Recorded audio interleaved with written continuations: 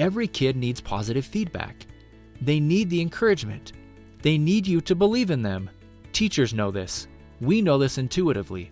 The problem is it's just impossible to keep track. Not anymore. When you give a student positive feedback, you swipe up. We have the same single swipe or full function, and in the settings, you can customize if you want single swipe for one and full function for the other. I'll show you more about that when we go through the settings. When you swipe up on a student, you get a green notch on this meter.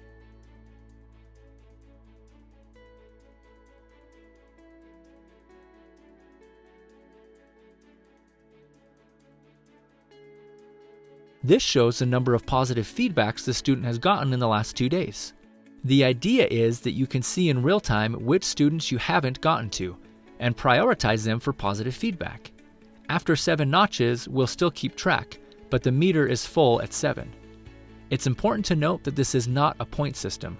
Children don't earn upswipes. They are entitled to them. Every child should receive positive feedback every day, and if for some reason a child was missed, she deserves to be prioritized the next day. You can also rate the feedback on a 5-point scale. Now check this out. The meter tells you which students you've encouraged and which ones you haven't yet. But we all know that some kids need more encouragement than others. How do we know which kids need more? You may have noticed the border colors. They reflect the ratio of positive to negative events recorded. So when a student has more negative events than positive, the border will be red. This is not to penalize the child. It is a reminder for you to catch that child being good. As you give positive feedback,